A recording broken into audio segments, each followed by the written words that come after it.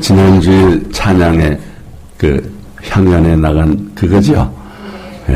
동영상을 제가 봤는데, 아유, 훨씬 더 잘하셨네. 참, 많은 은혜를 끼쳤고, 또 하나님이 큰 영광 받으셨을 줄로 믿습니다. 우리 찬양대 한 번 더 격려 한 번 해주시기 바랍니다. 여러분, 오늘 본문은 로마서 11장 33절 이하를 읽었는데요. 본문을 쉬운 성경으로 우리 다시 한번 읽어보겠습니다. 다 같이. 우리의 하나님은 얼마나 위대하신지요. 그분의 지혜와 지식과 부는 얼마나 크신지요. 그분의 결정과 방법을 우리가 어떻게 이해할 수 있겠습니까? 누가 주님의 마음을 알 수 있겠습니까? 누가 그분의 연연 상대가 될 수 있겠습니까? 또 누가 보상을 받을 만큼 주께 충분히 되었습니까? 모든 것은 하나님께로부터 온 것입니다. 모든 것은 그분의 능력에 의해서 살고 모든 것은 그분의 영광을 위해서 존재합니다. 모든 영광을 영원토록 하나님께 바칩니다. 아멘. 이해가 화학되지요? 성도 여러분, 인간은 결코 우연의 산물이 아닙니다. 인간이 우연히 존재하게 되었다면 사실 인생은 아무 의미가 없고 또 가치가 없는 그런 존재입니다. 아인슈타인이라고 독일의 참 유명한 물리학자, 노벨 물리학상을 탄 분, 이런 말을 했어요. 하나님은 주사위 놀이를 하지 않으십니다. 하나님은 주사위 놀이를 하지 않으십니다. 그럼 주사위 놀이가 뭔지 아시죠?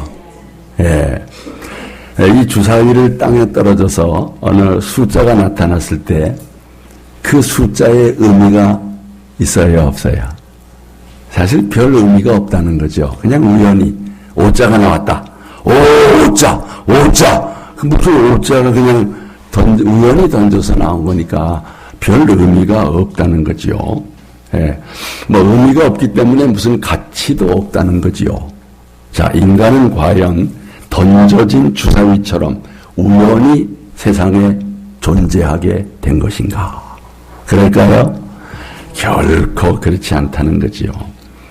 우리가 이 세상에 태어난 것은 결코 우연이 아니고, 어떤 정말 실수도 불운도 아니라는 것입니다. 저 인간의 정체성의 문제입니다. 인간은 무엇인가? 인생은 무엇인가? 나는 어떤 존재인가? 이거 알아야 되거든요. 오늘 새벽에 우리 신영만 전도사님이 간증을 했어요. 태어날 때부터 신학교 다닐 이야기를 쭉 하는데 참 은혜가 되더군요. 신학교 다닐 때 간증을 하면서 신학교 다니다가 어떤 친구하고 만나서 야, 이게 신학 공부를 계속 할까 말까. 진짜 이거 신앙이 흔들리는 거죠. 우리 가서 소주나 한잔 먹읍시다. 그래가지고 어디 가서 소주를 먹었대. 신학생이. 그러면서 인생이란 무언가, 신학생이란 무언가.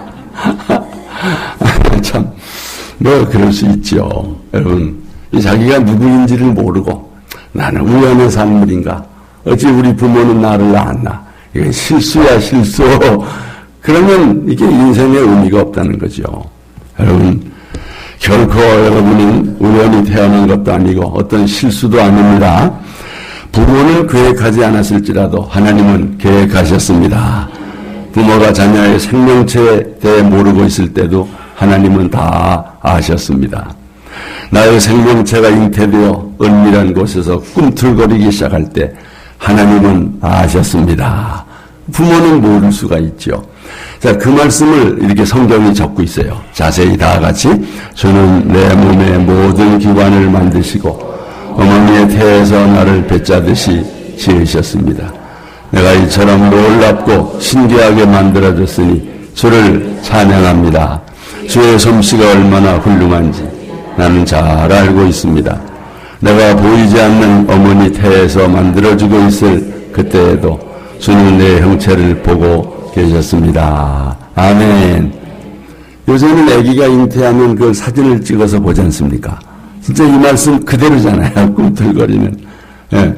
정말 부모는 모를 때도 하나님은 다 아셨다는 거죠. 성도 여러분, 여러분은 우주에 단 하나밖에 없는 아주 존귀한 자임을 아시기를 바랍니다. 그럼에도 자신의 고귀한 생명을 우연에 거는 사람은 참 어리석은 사람입니다. 여러분 옆에 분과 이렇게 한번 인사합니다.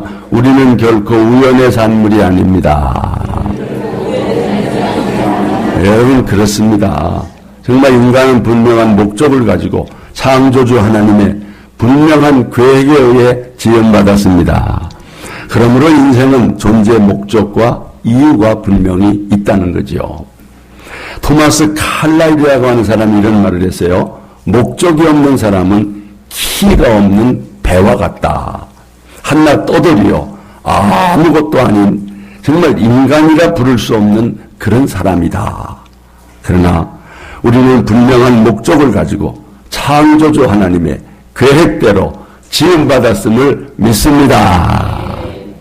그러면 인생의 궁극적인 목적은 무엇인가? 인생의 목적은 창조주 하나님을 영화롭게 하는 것입니다. 여러분, 인간이 존귀하기에 존귀한 목적이 있는 거예요. 1640년대 청교도들에 의해 만들어진 것으로 존 칼뱅의 가르침을 잘 반영하고 있는 한국교회에 아주 큰 영향을 끼친 소위 웨스트민스터 소결의 문답.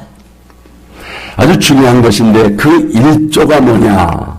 인간의 최고가는 목적은 무엇입니까? 이렇게 질문하고요. 그 답을 인간의 최고가는 목적은 하나님을 영광스럽게 하고 그를 영원히 어떻게 하는 거다? 즐거워하는 것입니다. 여러분, 피녀부린 인생의 최고의 목적은 창조주 하나님을 영화롭게 하고 그 하나님을 영원토록 즐거워하는 것입니다. 여러분, 누구를 즐거워한다고요? 하나님을 즐거워한다는 거예요. 여러분은 뭐가 즐거워요? 요즘 뭐 즐거운 거 없습니까? 노는 거 즐겁잖아요. 운동하는 거 즐겁잖아요. 돈 버는 것도 즐겁고요. 우리 손주 보는 것도 즐겁고요. 즐거운 거 많지요. 그러나 그 모든 즐거움보다 하나님을 즐거워하는 것입니다. 하나님이 즐거우신 분 아멘 하십시오. 하나님이 즐거워. 네? 여러분이 하나님과 관계되는 것을 성자를 붙였어요. 거룩할 성자. 하나님이 거룩하니까. 그래서 이걸 뭐라 그래요? 예배당을 성전이라고 그래요. 네. 또 우리 성도들이라고 그래요. 성경이라고 그래요. 무슨 성직자라고 그래요. 이런 것들을 좋아하는 거예요. 이런 것을 즐겁게 하는 거지요. 그때 하나님이 기뻐하시고 영광 받으실 줄로 믿습니다. 그것이 인간을 만든 목적이라는 거지요. 인간을 왜 만들었느냐? 자, 이 말씀 한번 보세요. 다 같이 내가 내 영광을 위하여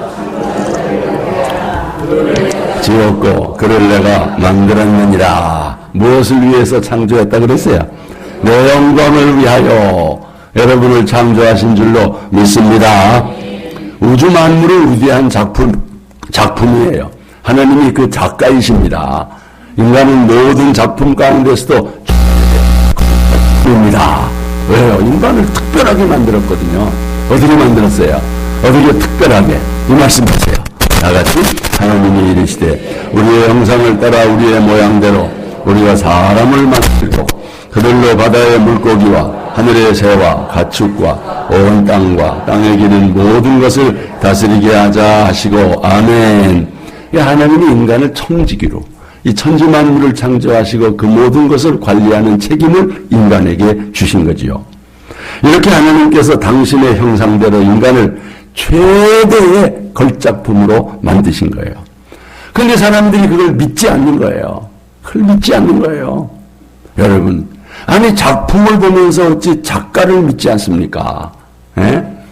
여러분, 작품은 있는데 작가가 없는 경우가 있어요, 없어요? 어떤 작품을 보고 모르는 경우는 있어요. 누가 만들었는지 그러면 뭐라 그래요? 작자 미상이라 그래요. 그런데 어떤 작품마다가 작자, 없음, 그런 작품이 있어요, 없어요?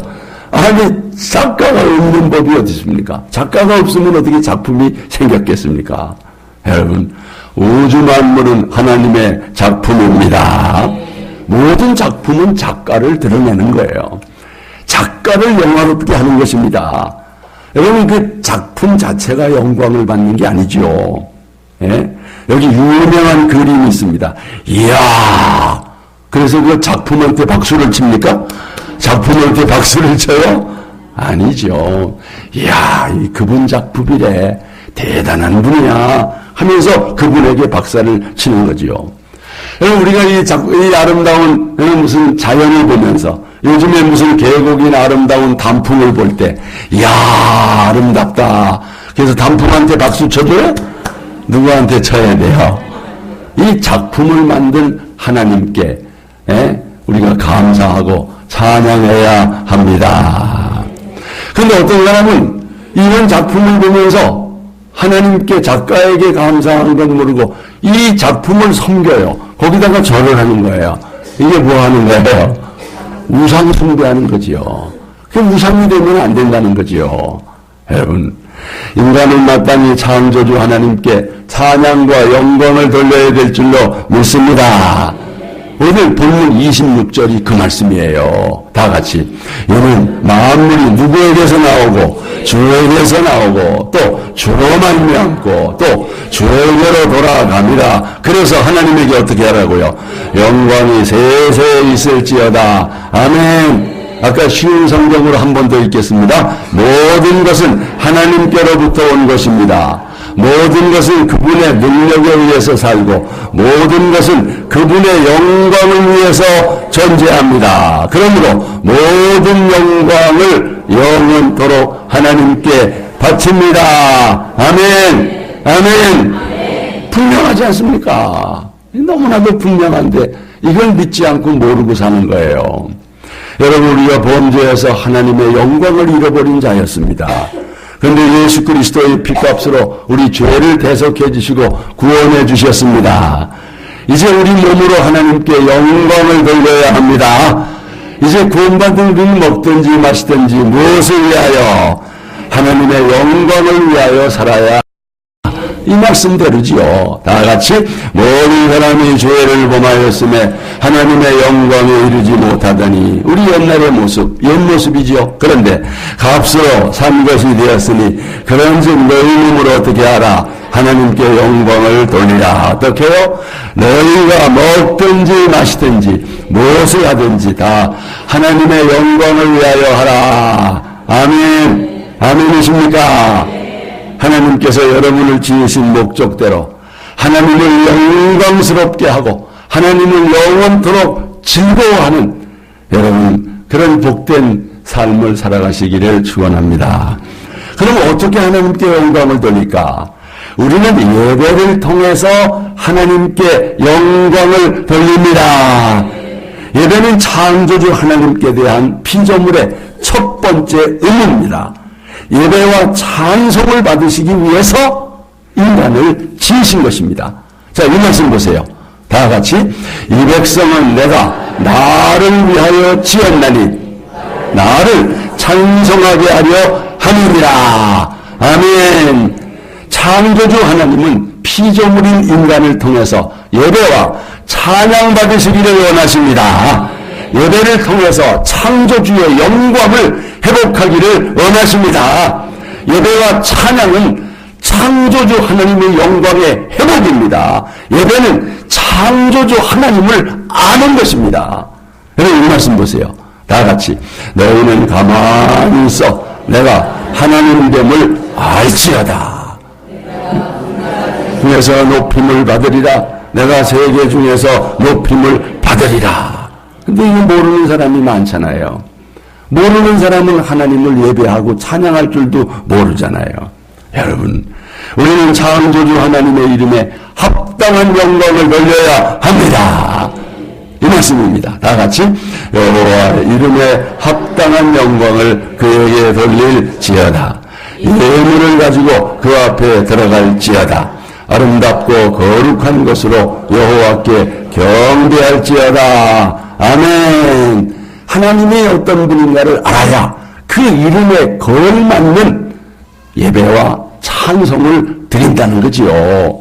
여러분 어떻게 우리가 하나님의 이름에 합당한 영광을 돌릴 수 있을까요? 마음과 뜻과 정성을 다하여 예배해야 합니다. 형식적인 예배는 아닙니다. 껍데기 예배는 안 됩니다. 정말 성령과 진리가 충만한 예배, 그 예배가 하나님의 이름에 합당한 예배입니다. 예수님 말씀이죠. 다 같이 아버지께 참되게 예배하는 자들은 영과 진리로 예배할 때가 오나니 곧 이때라. 아버지께서는 자기에게 이렇게 예배하는 자를 찾으시느니라. 어떻게요? 하나님은 영이시니 예배하는 자가 영과 진리로 예배할지니라. 아멘. 이게 바로 하나님의 이름에 합당한 예배입니다. 이런 예배를 하나님이 연락하십니다. 연락이라고 하는 뜻은 기쁘게 받으신다는 뜻이에요. 여러분, 성공하는 예배는 아벨의 제사처럼 하나님께 연락되는 예배입니다. 우리는 하나님께 연락되는 예배를 드림으로써 하나님께 영광을 돌립니다. 여러분, 오늘 예배 가운데 하나님이 임재하심을 믿습니다. 그런 예배 가운데 하나님이 임재하시고 그런 예배 가운데 하늘문이 열려지고 하나님의 은혜가 임할 줄로 믿습니다. 이 시간 여러분의 예배가 그 예배가 되시기를 바랍니다. 여러분, 실패하는 예배도 있어요. 하나님이 받지 않으시는 예배도 있다는 거예요. 가인의 제사와 같이 가인이 제사를 안 드린 게 아니에요. 드렸는데 하나님이 안 받으신 거지. 여러분, 이 자리에 와 있는 거, 예배 자리에 온 거 잘하신 거예요. 그러나 이 자리에 왔다고 여러분의 예배가 하나님께 다 연락된 건 아니에요. 여러분, 정말 성령의 임재와 감동이 없는 예배는 실패한 예배입니다. 하나님의 말씀에서 벗어난 예배는 실패한 예배입니다. 여러분의 예배는 결코 이런 예배가 되지 않기를 바랍니다. 예배에 실패하면 인생도 실패합니다. 가인은 예배에 실패함으로써 인생도 실패했습니다. 우리는 예배의 성공자가 되어야 합니다. 우리의 예배마다 하나님이 연락해야 합니다. 예배 가운데 성령의 임재를 구해야 합니다. 그러기 위해서 예배에 늦지 않기를 바랍니다. 예배 늦으면 안 돼요. 네? 여러분, 예배를 패하는 자 되지 않기를 바랍니다. 아무리 바빠도 피곤해도 여러분 공예배를 패하지 않기를 바랍니다. 정말 수요 예배도 사모하면서 나와서 하나님 기뻐하는 예배를 드리십시오. 그게 우리가 예배가 그렇게 중요한 것입니다. 이 시간 예배 가운데 주님이 임재하실 줄로 믿습니다. 하나님의 영광이 가득한 예배가 되기를 원합니다. 미국의 보스턴 지역에 골든 목사님이라고 아주 모르는 사람이 없을 만큼 유명한 목사님이 계셨는데, 유명한 설교자예요. 어느 날 목양실에서 설교 준비를 하다가 깜빡 잠이 들었어요. 그때 꿈을 꾸게 되었는데 주일이라 해가지고 교회에 많은 성도들이 모여서 예배드리는 꿈을 꿔요. 그 목사는 꿈을 꿔도 꼭 그런 꿈을 꿔요. 예배드리는 꿈. 그런데 많은 교인들 틈에 30대로 보이는 아주 낯선 사람이 앉아있는 것이 눈에 띄었어요. 목사님은 그 사람이 누구인지 너무 궁금했고 또 만나보고 싶었습니다. 예배가 끝난 다음에 교인들과 차례대로 인사를 나눴어요. 그런데 그 낯선 사람이 나타나지를 않았던 거예요. 다급해진 목사님은 안내위원회에게 달려가서, 아니 그 아까 낯선 사람 그 있었는데 그 누굽니까? 아십니까? 그때 안내위원이 말하기를, 아 그분이요, 당연히 알지요, 예수님이셨습니다. 예수님이라고 하는 소리에 깜짝 놀라서 잠을 깼습니다. 그로부터 이 골든 목사님의 예배의식이 달라졌대요. 우리 눈에는 보이지 않지만 예배의 자리에 예수님이 함께 계시는구나 확신하게 되었다는 거예요. 예수님이 함께 계시는 그 예배를 어떻게 준비해야 하는가, 어떻게 설교 준비를 해야 하는가. 여러분, 그런 마음으로 온 성도들이 예배드릴 때 그 교회에 놀라운 부흥이 임한 줄로 믿습니다. 오늘 이 자리에도 예수님 보이지 않지만 성령으로 임재해 계심을 믿습니다. 예수님이 지금 여기 한가운데 계시는 것입니다. 여러분, 우리가 그런 예배, 성령과 진리가 충만한 예배 드려야 되는 거예요. 그런 예배 의심을 가진 사람이 늦게 오겠습니까? 예배 시간에 졸겠습니까? 예배 시간에 잡담하겠습니까? 예배 시간에 들락날락거리겠습니까? 여러분, 하나님의 이름에 합당한 예배를 드려야지요. 우리가 대통령하고 만나서 면담할 때 화장실 갔다 와요? 안 갔다 와요? 안 갔다 오죠. 그런 건 미리 다 준비하는 거지. 물론 뭐 특별한 분은 계시겠지만, 여러분, 정말 우리가 이런 예배를 드릴 때 하나님이 기쁨으로 연락하실 줄로 믿습니다. 예배를 통해서 하나님께 영광 돌리시기를 축원합니다. 어떻게 하나님께 영광을 돌릴 수 있을까? 우리가 서로 사랑함으로써 하나님께 영광을 돌립니다. 여러분, 자녀들이 언제 예쁘던가요? 예? 형제들이 언제 예뻐요? 여러 형제들이 사이좋게 지나고 서로 사랑하고 위해주고 의좋게 보낼 때 부모 마음이 흐뭇하지 않습니까? 하나님 아버지도 같아요.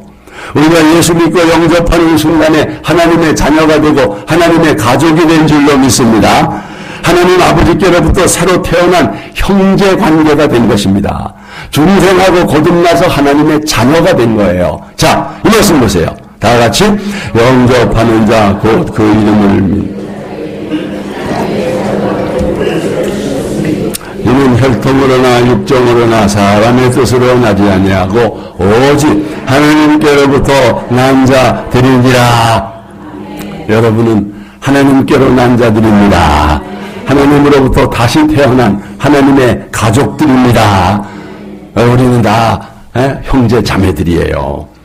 하나님의 가족들은 친형제처럼 더 사랑하는 거지요. 여러분, 우리가 형제같이 사랑하는 것이 중생의 증거입니다. 구원받은 증거입니다. 영생을 얻은 증거입니다. 교회 다니면서도 사랑하지 않는 사람은 아직도 구원받지 못하고 사망 가운데 거하고 있는 사람이라고 그랬어요. 자, 이 말씀 한번 자세히 보세요. 다 같이. 우리가 형제를 사랑함으로써 어디에서? 사망에서 옮겨 생명으로 들어간 줄 알거니와.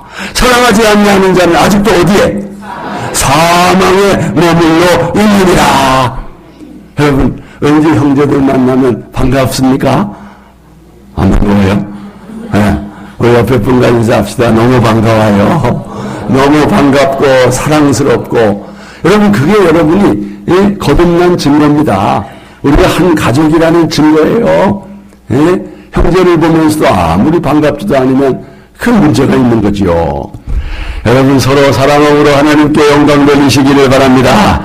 예수님께서 세 계명을 뭘로 주셨습니까? 이 말씀 보세요. 다 같이 세 계명을 너희에게 주노니 서로 사랑하라. 내가 너희를 사랑한 것 같이 너희도 서로 사랑하라. 너희가 서로 사랑하면 이로써 모든 사람이 너희가 내 제자인 줄 알리라. 아멘. 아멘.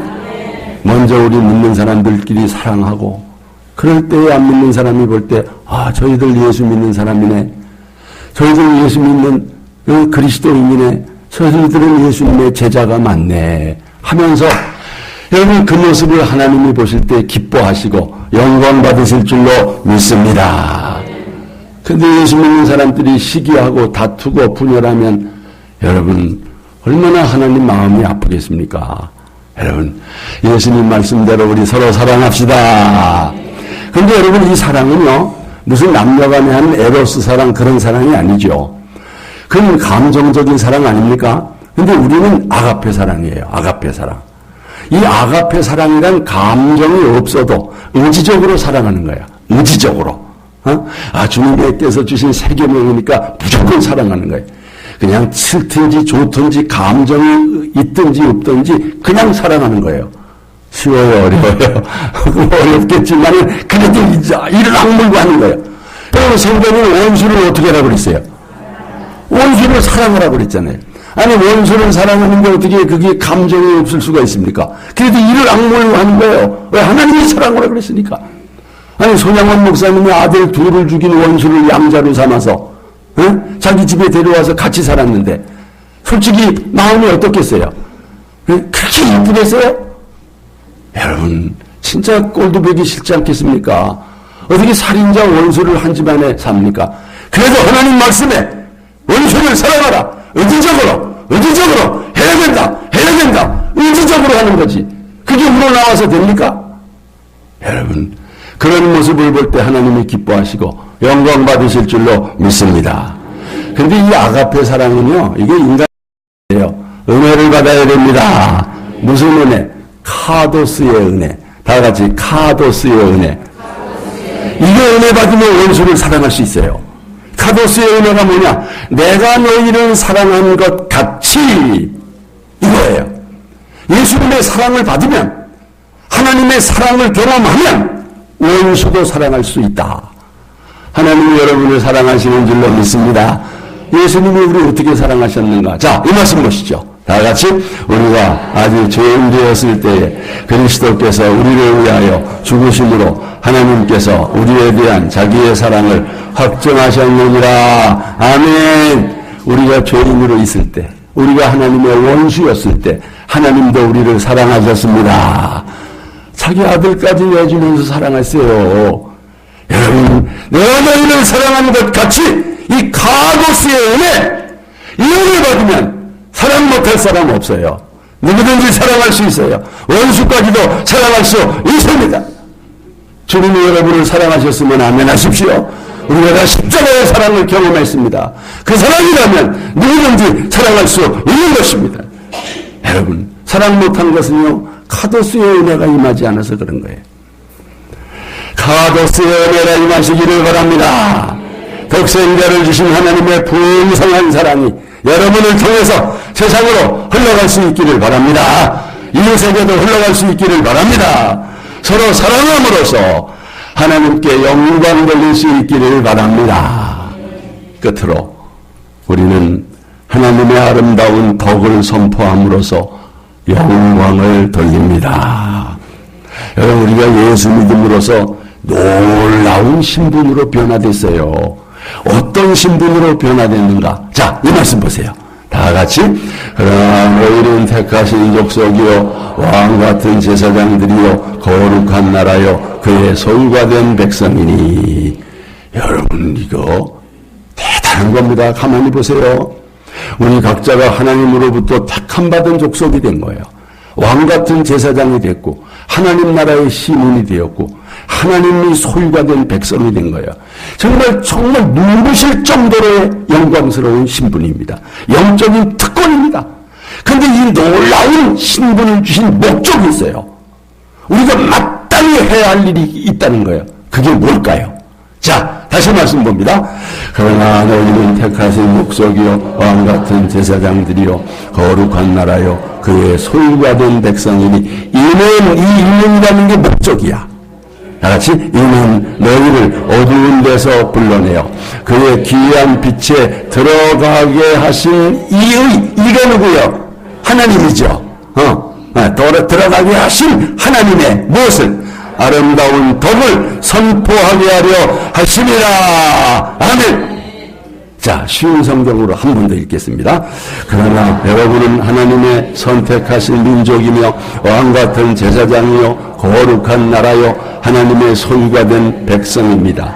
이것은 여러분을 어둠에서 불러내어 놀라운 빛 가운데 들어가게 하신 하나님을 어떻게 널리 찬양하도록 하기 위한 것입니다. 다같이 아멘. 그렇습니다.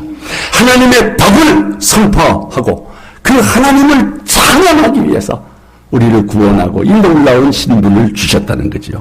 그럼 하나님의 아름다운 덕이라는 게 뭐냐? 여러분, 독생자를 주신 하나님의 사랑입니다. 십자가의 사랑입니다. 십자가의 복음입니다. 이 하나님의 사랑과 십자가의 복음을 찬양하고 선포하라고 여러분에게 이 귀한 직분 주신 줄로 믿습니다. 이 아름다운 하나님의 덕, 십자가의 복음을 선포하고 찬양함으로써 하나님께 영광 돌리시기를 바랍니다. 사도 바울은 예수 믿기 전에는 자기 육체를 자랑했잖아요. 그냥 예수님 만난 다음에 복음을 부끄러워하지 않고 널리 전하는 일에 헌신했던 거예요. 자, 자, 바울의 고백입니다. 다 같이. 나는 할 수 있는 대로 로마에 있는 너희에게도 복음 전하기를 원하노라. 내가 복음을 부끄러워하지 아니하노니 이 복음은 모든 묻는 자에게 구원을 주시는 하나님의 능력이 되니라. 아멘. 정말 하나님의 덕을 널리 로마에까지 전하기를 위해서 복음의 홍보대사로, 복음의 선전꾼으로 열심히 하는 거예요. 구원을 주시는 하나님의 아름다운 덕, 십자가의 복음을 선포하는 아름다운 입술이 되기를 바랍니다. 입술로 말하는 거예요. 우리 홍보대사니까, 이 선전요원이니까 말하지 않으면 안 돼요. 초대교회 성도들은요, 입술로 복음을 선포함으로써 많은 핍박을 받았습니다. 야, 말하지 마라. 제발 말하지 마라. 그때 초대교인들 뭐라 그랬는가? 자, 말씀 보세요. 우리는 보고 그런 것을 말하지 아니할 수 없다. 계속 말하겠다는 거예요. 하나님의 아름다운 덕을 계속 선포하겠다는 거예요. 이 모습을 볼 때 하나님이 기뻐하셨습니다. 큰 영광 받으셨습니다. 여러분도 누구를 받든지 예수 믿으시기 바랍니다. 이렇게 말하십니까? 우리 옆에 분과 연습 한번 합시다. 예수 믿고 구원 받으세요. 근데 이 말도 못하는 사람이 많아요. 이 말이 되는 분만 아멘. 그냥 돼요? 이 말은 안 되는 게 지금은 됩니까? 구원을 받은 거네요. 이게 안 돼요. 죽었다 깨도 안 돼요. 뭐 여러분 보고 뭐 지하철 가서 무슨 전도하라는 거 아니잖아요. 어떤 목사님이 은혜 받고, 야, 기왕이면 지하철 가서 전도해야 되겠다. 지하철 타고 앉아가지고 기도를 하고 일어나서 하려는데 못하겠다는 거예요. 이분이 안 내리는 거예요. 또 일어났다가 또 들어가고. 안 됩니다. 여러분 그런 건 아니잖아요. 그냥 이웃사람 아는 사람한테 예수 믿으세요. 예수 믿고 구원 받으세요. 이건 조금만 해도 되잖아요. 아멘. 그때 하나님이 기뻐하실 줄로 믿습니다. 그게 하나님의 덕을 선포하는 겁니다. 그게 하나님의 덕을 찬양하는 것입니다. 성도 여러분, 우리는 어떻게 하나님께 영광을 돌릴까요?